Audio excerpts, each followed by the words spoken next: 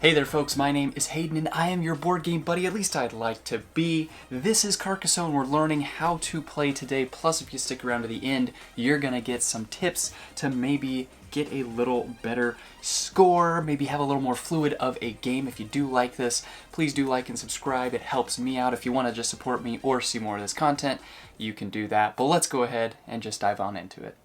Alright folks, here are some of the elements that we've got. We've got these meeples in 5 different colors as you can see there, so choose one of those for each player. We've got a bunch of tiles. Here's some examples we'll talk about in a second. This is your starting tile right here. It has a little bit of a different background. You can see those are inversed right there, and so keep that one separate if you can. That's going to be your starter. You could even write starter or something on the back of that if you wanted to. This specific variant does have some things over here that are going to be mini expansions. So we've got the river, and then we have the abbots as well. We'll talk a little bit about that later. And then we've got this scoring track right here. So take one of your meeples and put them on the 0 for each one as well. Now let's go ahead and talk about some of the things you've got that you may see in the game. On your turn, you're going to take a tile and flip it, and you're going to add it to the city. So obviously at the beginning, or add it to just the overall area, the map. So this is the starting tile. You're going off of that. So there's some different things you're going to see. Some may be cities. So these are cities right here. You can see the walls. That is a completed city right there. You may have an open city. So if you grab this tile, we could put it right here to complete that city, or we could come over here to this city, and actually that would complete that little city, or we could just take it and say, we just want to put the grass and line up the grass over there. So you have options with what to do, but it has to line up. And so I couldn't take this and put it right here because the road doesn't line up there. I couldn't put it like that. I'd have to put it like that. That would be okay, but you have to make sure that you don't have things that are not lining up. So we've also got these highways. Those are the roads that you can see. We've got this chapel right there. That's this building. We've got some of these little fields, which I believe those are a mini expansion that you are you shouldn't necessarily play with for your first game. It might make it a little more confusing.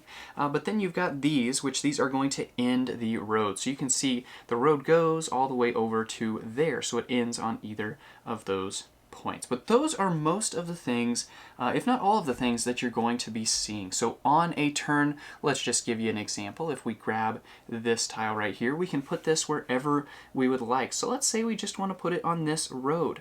And then if you would like, you are not required to, but you take one of your meeples and you can put it on one of the locations of the tile that you just played. So if we wanted to, we could put this guy on either this road, or this road. And so if we put it on this road, we would automatically score points for that right now because this road is completed. So once things are completed, you score for it and you take your meeple back.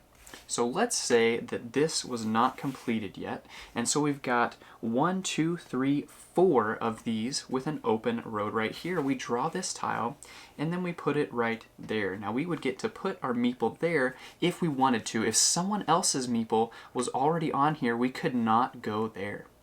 But if it was open, we'd be able to put that there, and we would be able to score 1, 2, 3, 4, 5 points. So we would take our meeple, put it back because it's complete, and then we would score 5 points. So that is the highway section right there. Now if someone, let's say, someone was here and we were over here already, and those were not connected. If someone came in and completed that, we would both get points. So we would get points and we'd both just take those back. So those are the roads. Once something's complete, it's done. You can't really use that anymore. Now this right here, let's say we drew that piece, we went ahead and slid it on in here. You could put this meeple right there if you wanted to on the chapel. And the chapel is going to score for points when tiles are all around it. So right now we can see we've got 1, 2, 3, 4, 5 tiles around it. 6 tiles around it, excuse me, and the diagonals do count on this. And so if 2 more tiles were placed here to where this was completely enclosed, we would get to take it back and get 9 points for that. And at the end of the game, you do get points for these things. which we'll explain a little bit later on if they're not complete. The last major thing you're going to see are these cities. So if this city is out here and I put this in here, you can put meeples in the cities. But you can actually fight for cities. So unlike the highways where you can only have one highwayman per road right there, per highway, in the cities you can actually fight over those. And so if this person, green, had 2 meeples there, and then blue and yellow both had 1, whenever that is complete, that would win. So let's say that we were all tied at this point in time, and then green drew this tile and they finished out the city right there and they put another one in. Blue and yellow would not get anything because they don't have a majority.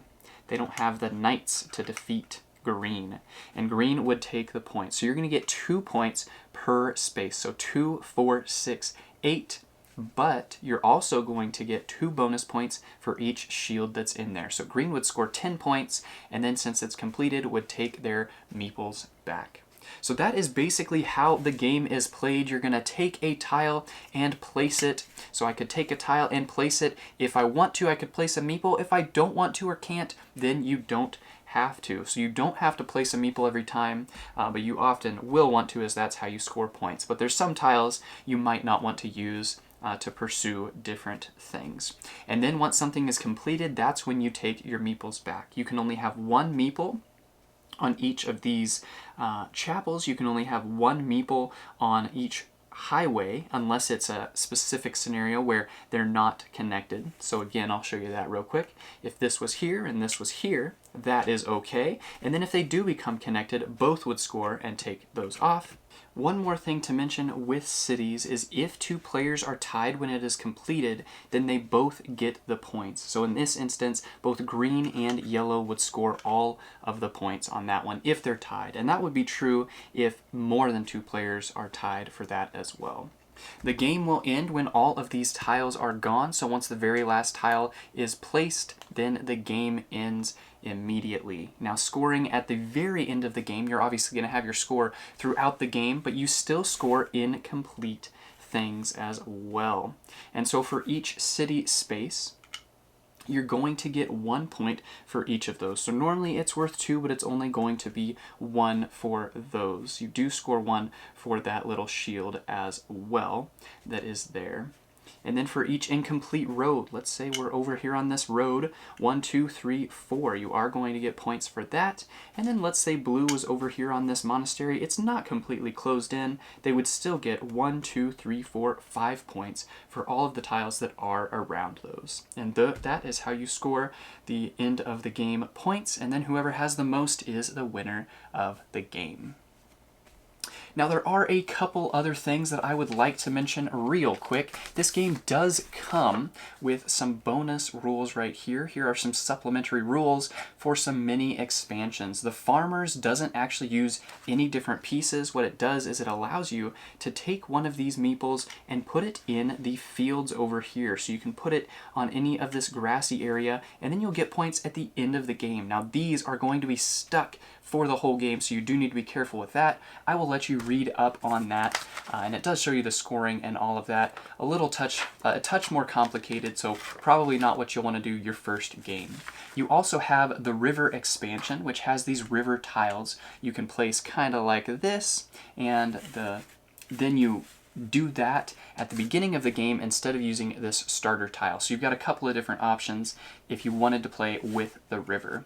The last expansion that is in here, mini expansion here, are the abbots right here. And so those give you some special effects as well, but I'll let you check those out yourself if you want to. But I would recommend keeping all of that out for your first game, playing with this, getting a feel for it, and then diving into some of those things if you want a little bit more. But that is Carcassonne. Alright guys, that is Carcassonne. Let's dive on into some tips. So I would definitely say one thing to keep in mind is the timing. And so it seems like you've got a lot of meeples, and you do, but when you're putting everything out there, you can definitely get caught where you don't have enough meeples. And so you have to make these hard decisions of, oh man, do I put this meeple on or not because it's worth some points, but what if I pull out the next thing and it's worth a lot of points? So you really want to be careful. There are going to be times where you place tiles and you don't place a meeple. Now try and figure out when it's the best time to do that. If there's a long road you're trying to go for or a city you're trying to get, definitely worth going for some of those higher point things. But I would suggest that if you have one of these right here, hopefully you can see that a little bit, but if you have one of those chapels and it doesn't have very many pieces around it, I would not suggest putting a meeple on there because it's probably going to sit and be out of your supply for a long, long time. So that's one specific instance that I would be careful with. Another one is just placing your tiles both offensively and defensively. So look at what other people are trying to complete. You don't want to necessarily give people a bunch of points and you don't want to give them their meeple back. So this is a strategy game in that aspect where you're placing your tile. It may be a really perfect tile for someone else. And so if this tile is going to complete a really big city for someone else, I don't want to complete that city unless I can also put a meeple there and maybe share the points or even beat them with that kind of a thing. Or maybe you can actually play a tile like this right here would complete the city, but there's other tiles in here that are bigger cities, like this one right here. So hopefully you can see that piece okay. This is not going to finish this city, so I could actually make this city even bigger. So it's going to make it potentially a little more difficult, or it's going to at least buy me some time to where if I want to expand that city even more, now I can add more meeples to it to fight for that city and make it harder for the other people. So those are my main tips, is just the timing of it. And then once you play one game with this, do add in some of the expansions. They are really fun. They add just a little bit extra that makes it a few more options to do, which I really enjoy. So if this feels a little too simple for you and you want to add in some other stuff, look to those. You can maybe even look to them your first game if you want to. But I think this is a great game in and of itself, and really cool that they give you those mini expansions as well. So that is Carcassonne. Really nice game. One of the most popular tile placement games. Really, really popular. And so I do like it, and a lot of other people like it for good reason. So hopefully that helps you out and helps you maybe score a few more points in your next game of Carcassonne as well. Thanks.